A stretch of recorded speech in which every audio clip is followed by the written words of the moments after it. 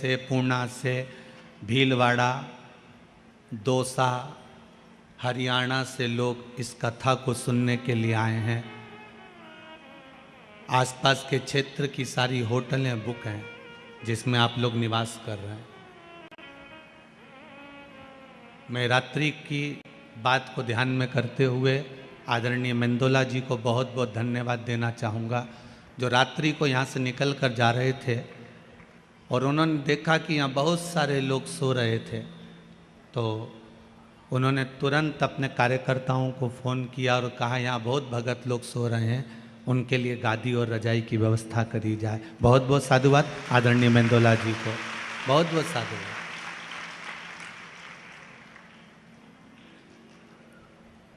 ऐसा विधायक भी जीवन में कम देखने को मिलता है। कहते हैं राजा जब निकले तो प्रजा की यही व्यवस्था देखने के लिए निकलना चाहिए कि उसको समस्या क्या है। और रात्रि के समय पर आप आए और यहाँ देखा और किसी होटल के रूम तक खुलवा दिए कि वहाँ जाकर आप बाथरूम वगैरह यूज़ कर लेना, इससे बढ़कर और क्या चाहिए। बहुत बहुत साधुवाद आदरणीय श्री रमेश जी मेंदोला जी को, बहुत बहुत साधुवाद। शिव कथा करवा रहे हैं, शिव कथा बाच रहे हैं और शिव कथा सुन रहे हैं। आप और हम तो केवल एक निमित्त है, निमित्त से ज्यादा और कुछ नहीं। जितनी देर बैठो शंकर को पाने का प्रयास करना। बाजार जाते हो तो बाजार में जाकर एक लक्ष्य बनाकर जाते हो कि मुझे ये चीज खरीदना है, मुझे ये कपड़ा लेकर आना है। घर से चली थी तो विचार कर कर चली थी कि मुझे आधा किलो चने की दाल लाना है, आधा किलो चावल लाना है, आधा किलो दाल लाना है, मुझे ये सामान लेकर आना है। उसी तरह जब आप अपने घर से निकलो तो एक लक्ष्य बनाकर निकलना कि मैं कथा में जा रही हूँ और मैंने सुना है कि कथा सुनने वाले का 3 महीने में बाबा भंडार भर देता है, तो मेरा भी भरेगा। मैं जाऊँ उसको श्रवण करने, मेरे शंकर को मुझे पाना है, मेरे शंकर को मुझे लेकर आना, मेरा शिव मेरे साथ होना चाहिए, मेरा ओघड़दानी मेरे साथ होना चाहिए। शंभो शरणे पड़े मांगू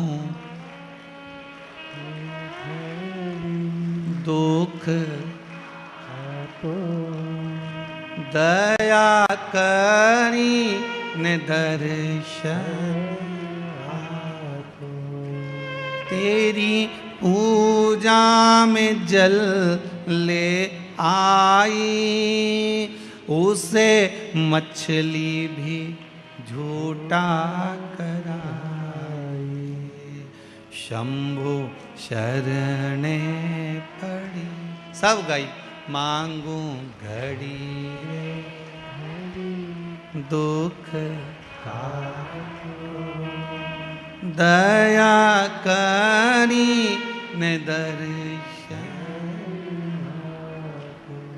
माहिल्याबाई चारों तरफ से जब इस मालवा को घेर लिया था, ससुर को मरे हुए मात्र 12 दिन हुए थे। कितने दिन? मात्र 12।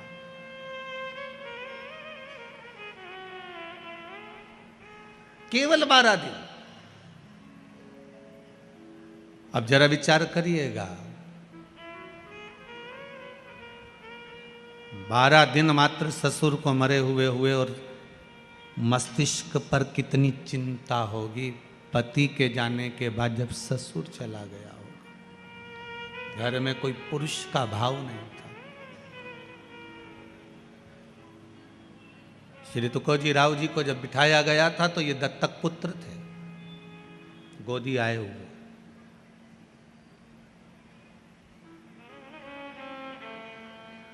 कितनी चिंता होगी। आप कहते हो गुरुजी हम बड़े दुखी हैं, हम बड़े तकलीफ में, पर भगवान से निवेदन करना कि आप बहुत सुखी हैं। दुनिया के कई लोग ऐसे हैं जो पलंग पर पड़े हुए हैं और मौत को मांग रहे हैं कि हमें मृत्यु आ जाए, और भगवान मौत भी नहीं दे रहा। दुनिया के कई लोग ऐसे हैं जो शरीर से ऐसे हो गए कि भगवान से कह रहे हैं अब उठा ले, अब बनता नहीं है, तो भी भगवान मृत्यु तक नहीं। कम से कम आप पर मेरे देव अधिदेव महादेव की कृपा है जो आप अपने पाँव से चलकर शिव कथा तक आए हो। ये शंकर ही तो करुणा करा है।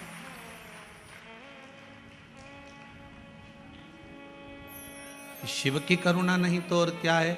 इतना बड़ा डूम लगाया, वहां तक भर गए, यहाँ से लेके वहां तक भर गए। यहाँ तैयारी हो रही थी, अब इनके सोचने में पड़ेगा, अब इनको बिठाएं का भी तो बांसी लगा है, वो में ही फंसा पड़ा है। तो ये व्यवस्था है। शिव बुलाया है आपको, किसी बुलाया किसी ने नहीं। शंकर सुनाने वाला है। वो तो मेंदोला जी सीहोर पहुँचे और बाबा ने कृपा कर कर कथा दी है। शंकर ही लेने गए थे शंकर की कथा को, इसलिए हो रही है, बाबा करा रहा है। पर आपका प्रेम शिव के प्रति, समर्पण शंकर के प्रति। अकेली पड़ गई मां हिल्या। विद्वान ब्राह्मणों को बुलवाया माता हिल्या ने, और विद्वान ब्राह्मणों को बुलाकर माता हिल्या ने एक प्रश्न किया है विद्वान ब्राह्मणों के सामने कि ब्राह्मण देवता, मैं आपके चरणों को नमन करती हूं, आज मेरे ससुर का 12वां दिन है।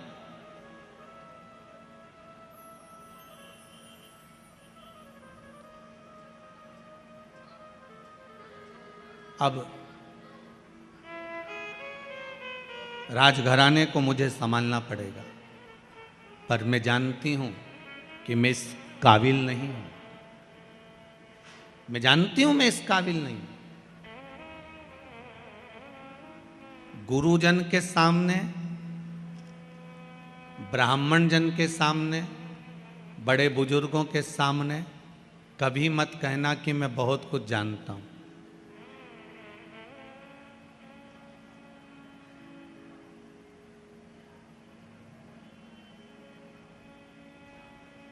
कभी मत कहना।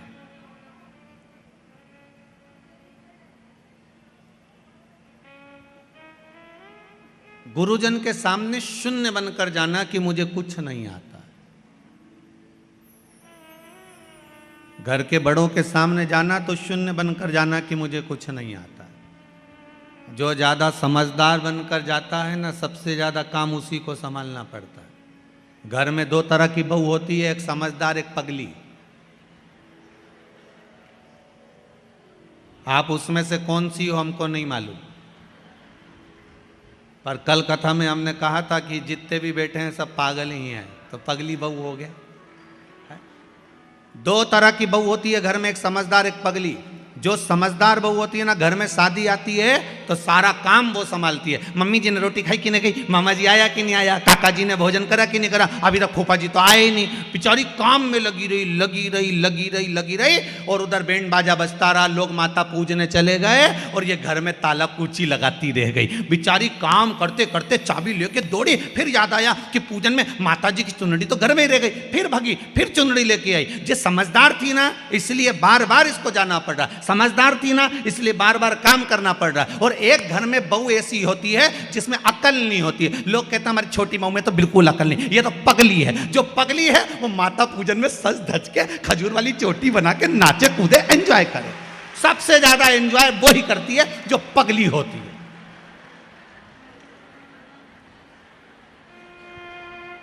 अब तुम कौन सी हो?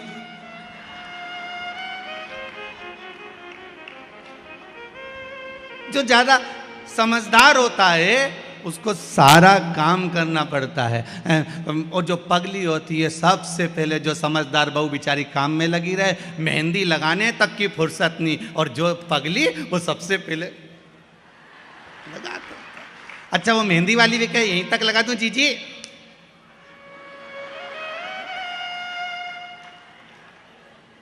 पगली। और पार्टी में भी सबसे पहले जाके पूरा स्टॉल निपटा दे, जितना स्टॉल लगा था नहीं सब। और इतने में 2 बहनों तो बात ही करे, बताओ जीजी देख तो तेरी छोटी बहू को तो देख कितनी खाने में लगी है। इतने में सास बोले मेरी बड़ी बहू बहुत समझदार बेचारी, दिन भर काम करी है, तो सही में पगली है, सब दूर खा रही। एक से नहीं पूछा कि तुम खाओगा, अब किससे पूछो? किससे पूछे?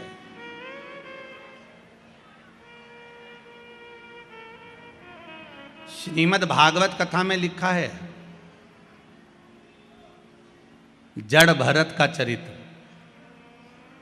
ऋषभ देव जी महाराज के यहाँ भरत हुए और भरत जी के जब प्राण छूट गए, फिर नाम हिरण की योनि मिली, हिरण की योनि से छूटे फिर मनुष्य की योनि मिली। श्रीमद् भागवत कहती है मनुष्य की योनि मिलने के बाद में उनका नाम पड़ गया भरत। एक बार बड़े भाई ने कहा जा खेत पे से चिड़िया उड़ाना। चिड़िया उड़ाने गया, मन में आ गया राम जी का खेत, राम जी की चिड़ैया कौन उड़ाए। तो बड़े भाई ने लात मारकर भगा दिया, ये तो पगला है, ये तो पागल है, मूर्ख है, और उसी का नाम कह दिया ये जड़ भरत है। नाम पड़ गया जड़ भरत। जड़ मतलब पागल, पागल मतलब प्रमोशन, समझदारी मतलब डिमोशन। ये समझदार है, ये पगला है। घर के लोगों ने कह दिया ये पागल है। और भरत जी महाराज पागल बनकर भगवान की भक्ति में लग गए। लोगों ने मीराबाई को पागल कहा, मीरा भई रे बावरी, बावरी मतलब पागल। लोगों ने संत तुकाराम जी को पागल कहा। संत तुकाराम,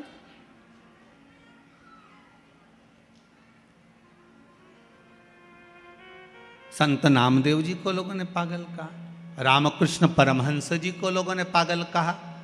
रामकृष्ण परमहंस जी तो प्रवचन देने बैठते थे, और प्रवचन देते देते रामकृष्ण परमहंस जी प्रवचन देते देते देते देते देते याद आ जाती थी कि भजिया खाने जाना है, तो हजारों पब्लिक को छोड़कर घर में चले जाते और भजिया खा के आ जाते। स्वामी विवेकानंद जी ने पांव पड़कर कहा, गुरुदेव इतने लोग तुम्हें सुनने के लिए बैठे हैं, भजिया तो तुम बाद में भी खा सकते थे, ऐसी क्या जरूरत थी कि कथा छोड़कर तुम भजिया खाने गए। तो रामकृष्ण परमहंस जी ने कहा, स्वामी विवेकानंद जिस दिन मैं भजिया नहीं खाऊं उस दिन समझ लेना कि मैं निपट गया। तो रामकृष्ण परमहंस जी से स्वामी विवेकानंद ने कहा, आपकी भजिए में इतनी आसक्ति है, भजिया इतना पसंद है आपको? तो रामकृष्ण परमहंस जी ने कहा, भजिया पसंद नहीं है, प्रवचन करते करते करते करते मेरा मन माँ जगत जननी जगदम्बा में समा जाता है। उस मन को लाने के लिए मुझे भजिया याद करना पड़ता है, इसलिए पृथ्वी पर जीवित बना रहता हूं। ये संत हैं, लोगों ने इनको पागल कर दिया। रामकृष्ण परमहंस जी को लोगों ने पागल कर दिया, संत तुकाराम जी को लोगों ने पागल कहा, नामदेव जी को लोगों ने पागल कहा। नामदेव जी के घर में लग गई आग, नामदेव जी ने दूसरा भी दरवाजा खोल दिया। अग्नि देवता से कहा, इसमें भी घुस जाओ, जा आग लगा दो, कुर्सी रखी इसमें भी जला दो। गांव के लोग तो पानी डाल रहे और नामदेव जी आग लगा रहे। गांव के लोगों ने कहा, नामदेव जी हमने तुम्हारे लिए गादी, 2 कम्बल, 1 तकिया बचा लिया, ठंड का समय है, रात को सोओगे कैसे? नामदेव जी ने कहा, कहाँ है? तो क्या ये रिया? गांव के लोगों से लेके नामदेव जी ने कहा, लो अग्नि देवता तुम ही सो लो। और अग्नि देवता को दे दिया वो कम्बल गद्दा भी। गांव के लोगों ने कहा, ये तो पगला है, बताओ इसके लिए बचा के रखा था, इसने और आग लगा दिया। गांव के सरपंच ने कहा, आज रात्रि को नामदेव को कोई कम्बल मत देना, कोई गादी मत देना, इसको ठंड में कांपने दो, पड़े रहने दो इसको। नामदेव जी महाराज रात को आम के पेड़ के नीचे ठंड में कुकड़ के पड़े हुए थे। इतने में भगवान को लगा कि मेरे नामदेव ने अग्नि में भी मेरा दर्शन करा है, मेरे नामदेव ने अग्नि में भी मुझे देखा है। तो तुरंत मेरे नारायण रात्रि को आए, नामदेव को गादी तकिया लगाकर मखवल के गादी पर तकिए पे सुलाकर चले गए और पूरे सुंदर झोपड़े का निर्माण कर दिया, सुंदर भवन का निर्माण कर दिया। बहुत सुंदर भवन का निर्माण करा। रात्रि के बाद में सुबह सुबह गांव के लोगों ने विचार करा, जरा चल के देखते हैं कि नामदेव की हालत क्या है, जिंदा है कि मर गया। जाके देखा तो नामदेव तो मखवल के गादी तकिया पे सो रहा है। सुंदर झोपड़ी बनी, इतनी सुंदर कि किसी ने देखी नहीं थी, इतनी सुंदर बनी। सारे गांव के लोगों ने कहा, नामदेव जी तुम्हारी ये झोपड़ी किसने बनाई? नामदेव जी बोले, पता नहीं, परंतु हमारा कोई रिश्तेदार आया होगा। सारे गांव के लोग बोले, नामदेव जी हाथ जोड़ के निवेदन है, एक आध मकान ऐसा हमारा भी बनवा दो। नामदेव जी ने कहा, लगाओ आग। अपना अपना घर में आग तो लगा, अभी बन के तैयार। तुम आग लगाओगे, मकान तैयार हो जाएगा। लगाओ तुम आग। पागल का, संतों को पागल का, भगवंतों को पागल का, भक्तों को पागल का। यहां तक शास्त्र कहता है जितने कथा बाचने वाले ये भी पगले, और जो कथा करवाने वाले वो भी पागल, और जो सुनने वाले वो भी पागल। सब पागलों की गिनती में हो। समझदार तो वो हैं जो कथा में नहीं आए, 8 बजे से दुकान पे जाए, 11 बजे तक कमा कमा कमा कमा धर धर धर रखते जा, जोड़ जोड़ जोड़ जोड़, आखिरी में सब यहीं छोड़। इतना बड़ा फोटो टेबल पे और प्लास्टिक के फूल की माला, और वो भी पंखे में हवा में डोले, इससे ज्यादा कुछ। और पूरा जीवन बस कमाने में गवा दिया, पर राम नाम, कृष्ण नाम, शिव नाम कभी नहीं गाया। वो समझदार। और हमें भगवान भोलेनाथ जी से कह देना, हमको समझदार मत बनाना, हमें समझदार मत बनाओ, हमें तो आपकी भक्ति में, आपके भजन में, आपके स्मरण में हमें पागल बना कर रखो। हमें नहीं बनना समझ। हम आपकी भक्ति में डूबे रहे।